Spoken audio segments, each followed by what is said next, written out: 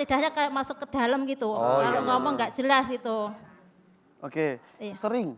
Sering tiap tidur, entah itu pagi, siang, malam, Hampir setiap hari. tiap hari, nggak hampir aja, tiap hari tuh ngikut. Tapi kalau kejangnya ini nggak tiap hari. Kalau Oke. ini seminggu udah 3 kali kejangnya Iya. ini kambuh. Namanya siapa? Agung, Agung umur berapa? umur 17. 17 tahun. Iya. Agung ketika mimpi itu, Sadar nggak? Sadar? Enggak sadar. jadi ketika bangun,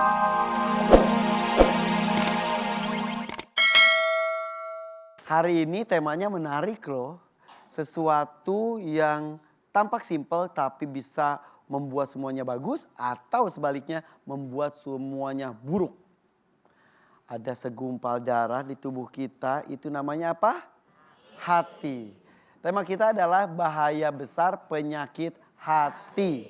Jagalah hati, jangan kau nodai. Jagalah hati, lentera hidup ini.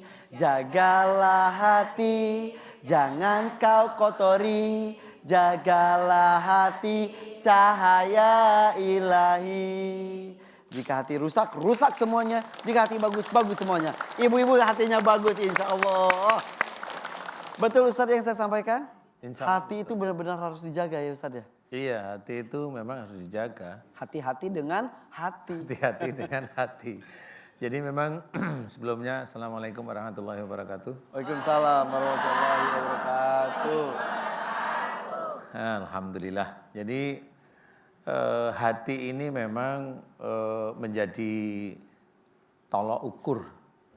Istilahnya nanti akan rusaknya akidah kita, rusaknya fisik kita itu memang insya Allah dari hati. Betul. Selama ini teman-teman dari dokter itu kan melihat dari sisi fisiknya.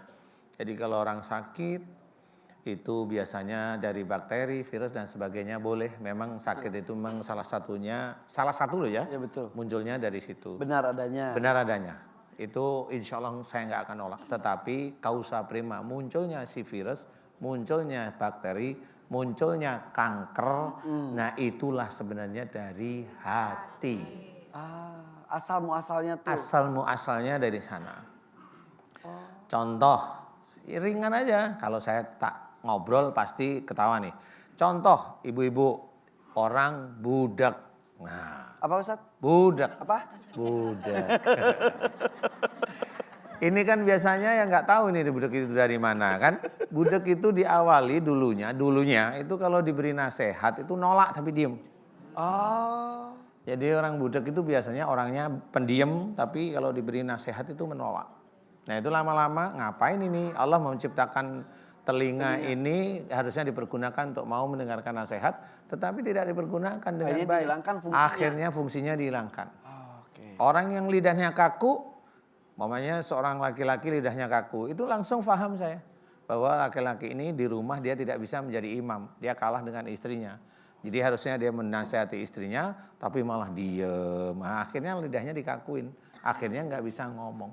Nah, ini diawali dari hati.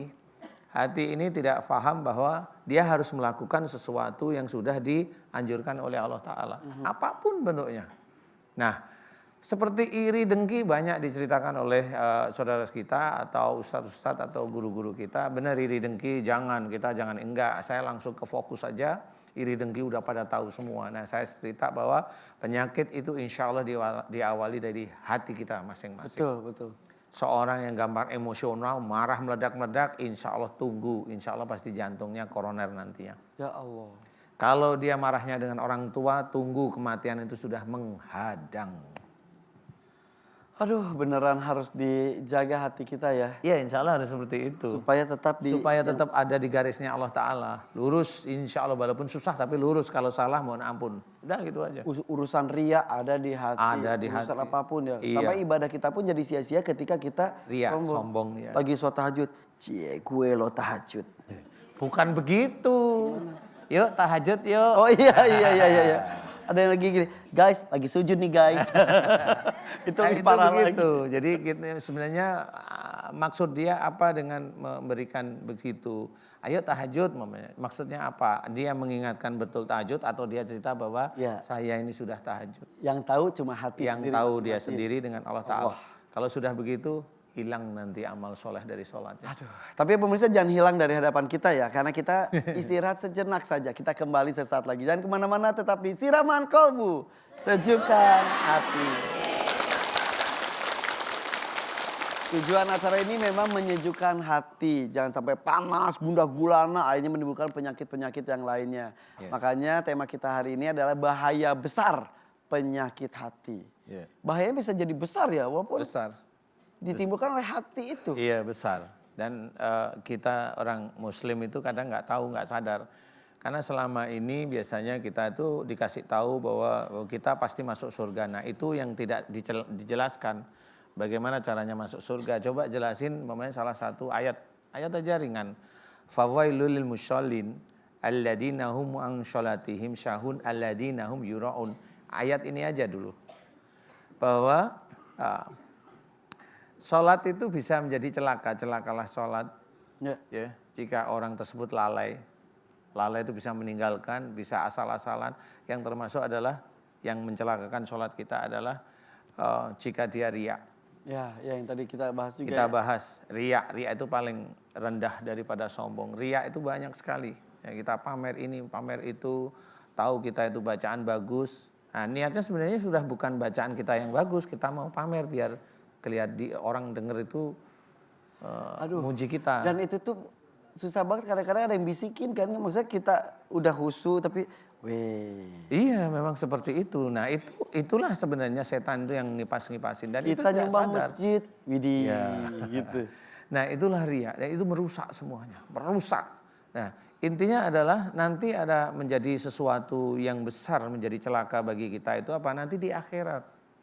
Yang kita kelihatannya sholat, kelihatannya kita tiap hari dia tuh ini momennya ada orang meninggal, tiap hari dia tuh di WA tuh ngingetin kita tahajud, nggak tahu tahajudnya bagaimana, benar-benar tahajud atau dia riya atau dia ingin dilihat bahwa dia itu setelah sholat tahajud biar dia ada balasan dan sebagainya. Itu yang tahu itu hanya dia dan Allah. Saya hanya mengingatkan kadang-kadang apa manusia pasti lupa. Jadi pada waktu dia mengingatkan ini, dia hanya ingin bahwa saya sudah tahajud. Walaupun nggak diceritain, tapi itu hati. Tapi jangan sampai nuduh juga ada orang yang ngingetin tahajud. Widih, dia ria. Nggak boleh juga. Nggak boleh juga. Nggak boleh kalau yang itu. Ya, nah ya. ini saya ceritakan agar paham sebenarnya. Bagaimana ria itu menyusup ke hati kita. Betul. Bagaimana ujub, bagaimana sombong. Sombong itu udah dijelaskan. Ya. Seperti itu. Ada beberapa orang yang saking menjaga takut sombong, takut ria. Misal kita lagi umroh tidak mau memposting depan Ka'bah, kita hargai. Tapi kadang-kadang kan kenapa posting Ka'bah ya deg-degan, tapi giliran maksiat seneng banget posting.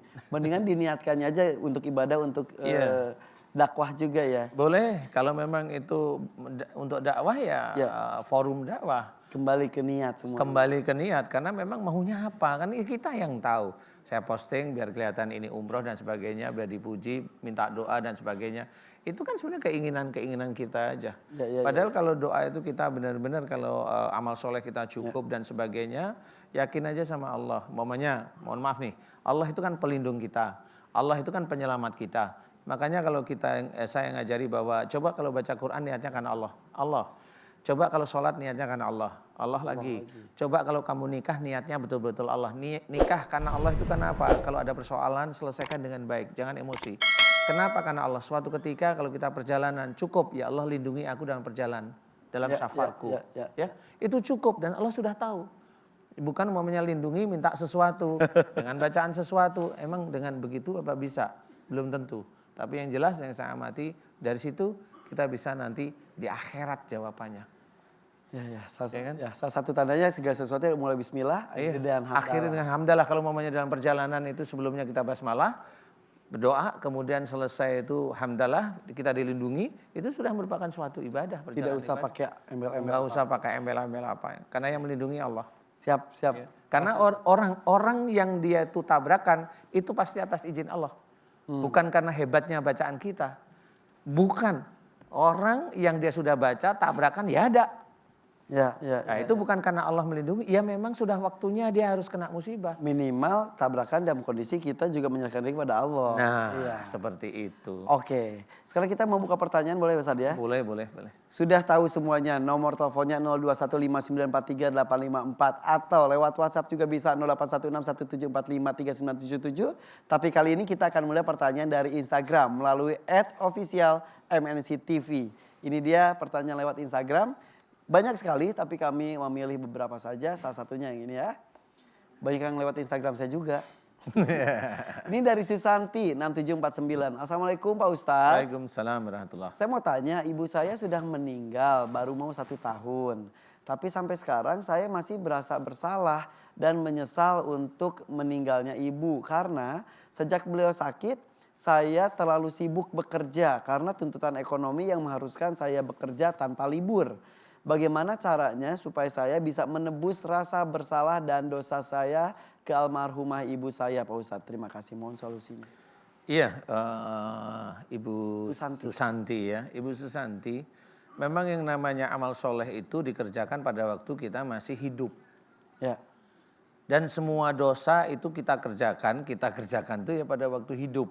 Nanti pada waktu di akhirat udah nggak bisa ngapa-ngapain. Ya. Mau amal soleh yang nggak bisa, dosa apalagi ya. Kita hanya mendengarkan atau akan menerima masuk surga kalau memang amal soleh kita itu berada jauh di atas dosa kan gitu. Ya. Tapi kalau memang kita itu banyak dosa, saya nggak mau kita kayaknya banyak beneran. Kalau ada ya. Kalau ada seseorang yang banyak dosa, ya daripada amal solehnya ya dia akan merasakan neraka. Ya. Nah, salah satu yang diceritakan Ibu Susanti ini sebenarnya bagus.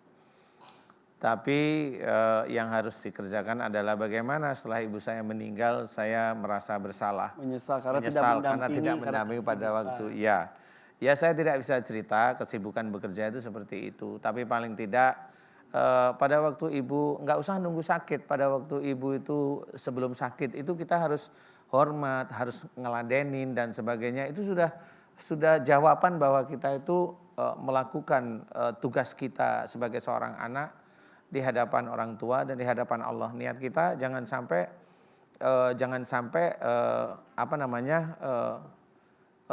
sombong bahwa aku mampu, nggak boleh. Ya memang itu ketulusan. Nggak usah yang anak-anak yang cewek. Anak-anak yang cowok pun sama. Seorang laki-laki dia lihat ibunya, kemudian diajak rumahnya, kemudian dihormati. Ya namanya ibu gimana sih?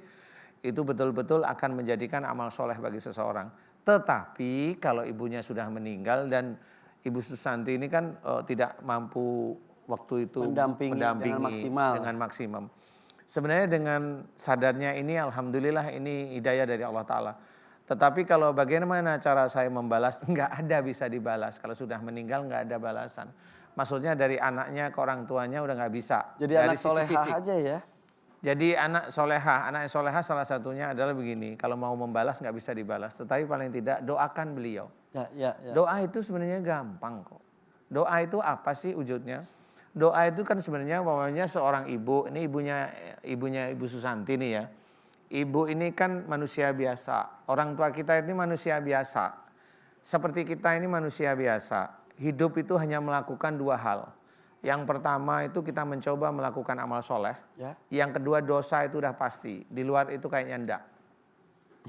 Kalau kita itu sholat dan niatnya karena Allah Ta'ala itu akan menjadi amal soleh. Kita puasa karena Allah Ta'ala amal soleh. Kita baca Quran niatnya karena Allah Ta'ala amal soleh. Kita baca Quran tanpa basmalah, tanpa hanbalah itu tidak akan menjadi ibadah. Itu menjadi ilmu dunia. Sama seperti umpamanya seorang insinyur dia belajar, ya mohon maaf nih, dia belajar kemudian sampai lulus, ya ini dunia, nggak ada akhiratnya. Bekerja dia dari pagi sampai sore puluhan tahun tanpa basmalah, tanpa hamdalah, ini tidak ada nilainya di hadapan Allah Ta'ala. Itu duniawi. Sama seperti orang-orang yang lain, yang agama lain yang bekerja ya begitu itu cara bekerjanya, nggak ada nilainya di hadapan Allah Ta'ala. Nah, seseorang yang meninggal itu cuma meninggalkan 2 hal di dalam catatan Allah Ta'ala. Amal soleh dan dosa. Kalau nanti di akhirat yang jelas ayat ini akan muncul. Innal hasanati yudhibnas sayyi'ah. Jadi sesungguhnya amal soleh itu akan mengurangi amal perbuatan buruk. Nah, persoalannya amal soleh seseorang itu banyak dan tidak itu tahu nggak? Itu aja. Tahu nggak? Kita nyakitin orang dosa. Ya, kita berani sama suami ngomong baik-baik, kita ngomong yang ngelunjak dosa. Ya, kita ngomong kasar sama orang lain kasar ya dosa sudah. Padahal kita sholat cuma 5 menit. Kita melakukan dosa itu hampir setiap hari. Nah itu kalau ditimbang otomatis saya cerita orang muslim banyak dosanya. Saya kalau momennya saya di sini diizinkan oleh Allah Ta'ala dakwah, saya merasa lebih tinggi daripada ibu-ibu atau pemirsa di rumah yang tahu itu hanya saya sama Allah Ta'ala. Itu sudah dosa saya. Pamer, riya, karena merasa lebih tinggi. Itulah yang harus dijaga. Itu harus dijaga, beneran. Ya. Nah, kalau memang ingin menjadi anak yang soleh seperti Ibu Susanti, didoakan aja dosa-dosa beliau agar diampuni. Doanya bagaimana? Ya Allah, jika selama hidup ibu saya sejak akhir balik hingga meninggalnya beliau banyak melakukan dosa, melanggar firman-firman-Mu dalam Quran dan sunnah Rasul-Mu, aku mohon kepadamu ampuni dosa ibu saya. Itu sudah cukup. Cukup itu maksudnya, oh iya ya, orang itu biasanya dosa itu kan melanggar Quran, ya. Melanggar sunnah, kan seperti itu. Nah itu cukup sejak akhir balik hingga saat beliau meninggal cukup. Cuma cukupnya ini yang mana yang mau diampuni oleh Allah Ta'ala. Nah itu harus doa itu diteruskan, diulangi. Doakan lagi, ya Allah terimalah amal soleh beliau. Nah ini yang jelas harus kita lakukan. Cukup istilahnya. Kenapa kita harus mempunyai anak yang soleh-soleha? Karena itu menjadi investasi kita. Itu yang mereka akan mendoakan ya. Iya betul. Dan untuk anak-anak mumpung orang tuanya masih ada, harus diusahakan semaksimal mungkin bisa bersama. Karena waktu sibukmu belum tentu lebih panjang dari waktu hidup orang tuamu. Seperti tinggal penyesalan yang ada ketika orang tuanya Mbak Susanti sudah meninggal ya. Wah ini bajunya hijau sama dengan saya. Tinggi sekali ngacungnya. Silakan. Assalamualaikum warahmatullahi wabarakatuh. Waalaikumsalam warahmatullahi wabarakatuh. Nama saya Ibu Tanti dari Tangerang. Saya mau menanyakan masalah anak saya, Ustadz. Anak saya. Ada anaknya? Ada. Oh yang ini? Dek sini dek. Ayo. Kayaknya bukan merasa anaknya deh. Dan nunduk, jangan dong Ma, jangan dong Ma. Ini anaknya. Iya. Bu anaknya kok tinggi sekali sih Bu? Jangan ngomong tinggi Ustaz. Oh iya. Maaf. Ini anak saya ini selama 3 tahun kalau tidur selalu ngigo Ustadz. Ngigo tadinya tuh biasa-biasa aja tidur. Sekarang akhir-akhir ini kalau ngigo disertain ini ngangkat kepala sama tangan terus sama kaki. Ya mic-nya jangan ikut diangkat Bu. Ya gimana coba saya pegang aja. Kalau itu ngangkat tangan. Iya, angkat tangan ke kepala sama kaki. Terus tuh ini merinding gitu. Merinding terus kalau enggak ini sama kaku. Kalau kakunya tuh enggak lemes-lemes langsung kejang. Kalau kejang terus matanya merah terus keluar air. Keluar air terus ini kayak ngeluarin suara gereng gitu. Gereng. Terus lidah kayak ketarik. Bentar, keluar air itu dari mulut? Iya dari ketarik mulut. Itu gimana Bu? Ketarik itu gimana ketarik? Kayak air. Lidahnya ketarik itu gimana maksudnya? Ya kayak lidahnya kayak masuk ke dalam gitu. Kalau ngomong nggak jelas itu. Oke. Iya. Sering? Sering tiap tidur, entah itu pagi, siang, malam. Hampir setiap hari? Setiap hari, enggak hampir aja. Tiap hari tuh ngigo, tapi kalau kejangnya ini enggak tiap hari. Kalau ini seminggu udah 3 kali kejangnya ini ganggu. Namanya siapa? Agung. Agung umur berapa? Umur 17. 17 tahun. Iya. Agung ketika mimpi itu sadar nggak? Enggak sadar. Jadi ketika bangun, sebentar, setelah ngegerem gitu, setelah ngigo gitu, akhirnya seperti apa? Lemes? Lemes. Tidur lagi? Enggak tidur lagi, agak kayaknya badannya tuh capek, terus gelimpangan gitu. Baru bangun? Iya. Jadi Agung sadar ketika sudah bangun saja? Iya. Nggak tahu apa yang terjadi? Enggak. Mimpi? Mimpi enggak. Waduh. Dan baru berapa waktu ini? Kalau yang kejangnya tuh mulai baru tahun 2000 kemarin 2017. Udah Kalau yang satu tahun. ngikutnya tuh Kejangnya. udah lama dari SMP kelas 3. Ngigo-ngigo Iya, tapi sekarang ngigo-ngigonya, makin iya, serem. makin serem sekarang, tambah kejang itu. Oke. Pusing atau gimana, Gung? Pusing enggak. Punggungnya berat nggak? Capek, Punggung, iya. kepala belakang. Pusing enggak, tapi kok tiap bangun jadi capek banget gitu. Oh ya. Punggung, kepala Lemes belakang gitu, berat nggak? lemes. Punggung, kepala belakang berat. Iya. Sekarang Sekarang enggak. kalau bangun tidurnya itu Iya, lemes gitu. Iya. Kalau tidur betah banget ini Dok. Maksudnya tidurnya nggak normal, kadang-kadang semalaman nggak tidur tuh. Ntar giliran subuh tidur sampai malam lagi gitu. Malam lagi nggak Iya, tidur. Iya. Nah, itu namanya tidurnya pindah, Bu. Jadi Iya Mas kalau Agung, tidur kalau itu mah lama. tidurnya pindah. Lama. Apalagi Kadang-kadang kalau nggak habis tidur. kejang gini sampai kemarin kejang sampai 2 hari itu. Tidur? Nggak mandi maksudnya nih. Cuma kalau bangun tuh makan, udah makan kadang cuma sehari karena buat tidur. Oke, Ustadz. Iya, Ibu kira-kira ingat nggak ada orang tuanya atau kakek neneknya ini dulu Mas Agung ada yang punya ilmu, Bu? Iya, dulu katanya ada Ustadz Dari yang ayahnya atau dari- kakek dari bapak. Dari bapak ya? Bapak ya. Mm-mm. Bener ya? Katanya Iya, ada nggak juga apa-apa sih. iya, ada Iya. dulu ya kayak itu tuh yang apa? Kan zaman dulu ya zaman peperangan itu katanya kalau punya ilmu biar apa gitu ya. Iya, Ya, bisa loncat-loncat gitu ya. Mas Agung, kira-kira ini kan ilmu ya ini ya. Karena Mas Agung juga tidak menginginkan sebenarnya, nggak nyaman ya Mas ya? Iya. Mas Agungnya udah- mau nggak ada ibu dalamnya? Enggak mau. Nggak mau. Nggak mau, bagus lah, bagus. Mas Agung, kira-kira kalau ini mau saya bantu keluarkan ilmu-ilmu, mau nggak kira-kira? Mau. Mau. Mau. Mau? Iya. Ikhlas. Iya. Ayahnya ada nggak sih? Ada. Dari malam. Oh nggak ikut. Terus ya kalau dinasihatin sama orang tua selalu melawan. Tapi nggak tahu apa kayaknya bukan kemauan dia. Ada orang matanya tuh kalau lagi marah gitu kayak bukan dia yang mandang tuh. Oh iya toh? Misal Iya, kalau kan- disuruh apa misal? Misalkan suruh dilarang apa dulu tuh waktu itu main malam-malam hujan kan nggak boleh tuh. Dia juga Marah? nekat, iya marah. Ngotot? Iya, terutama kalau sama bapaknya, kalau sama ibu mah di rumahnya. Nah, depan dikit aja. Nah, Mas Agung, aminkan doa saya. Khusyuk.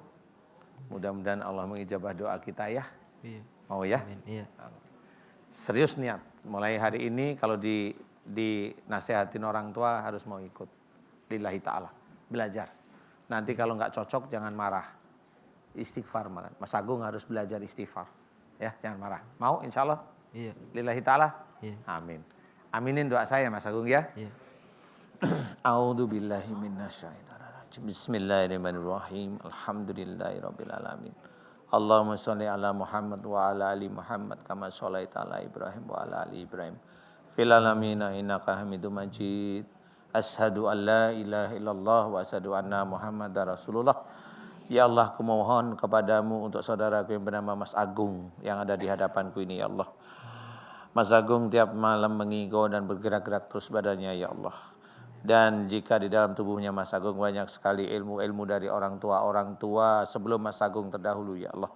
Dan ilmu ini tidak hanya di dalam tubuhnya Mas Agung tetapi juga ada yang di luar Mas Agung ya Allah. Ya Allah, jika ilmu-ilmu dari orang tua Mas Agung terdahulu yang ada di dalam tubuhnya Mas Agung dan yang menjaga Mas Agung, semua ilmunya tidak sesuai dengan syariat Islam, tidak sesuai dengan Al-Quran sebagai petunjuk, tidak sesuai dengan sunnah Rasulullah Muhammad SAW. Ya Allah, aku memohon kepadamu, ampuni dosa musyrik orang tua sebelum Mas Agung ya Allah. Ampuni dosa-dosa musyrik orang tua sebelum Mas Agung ya Allah, yang menurunkan ilmunya dengan sengaja maupun tidak sengaja pada Mas Agung ya Allah. Amin.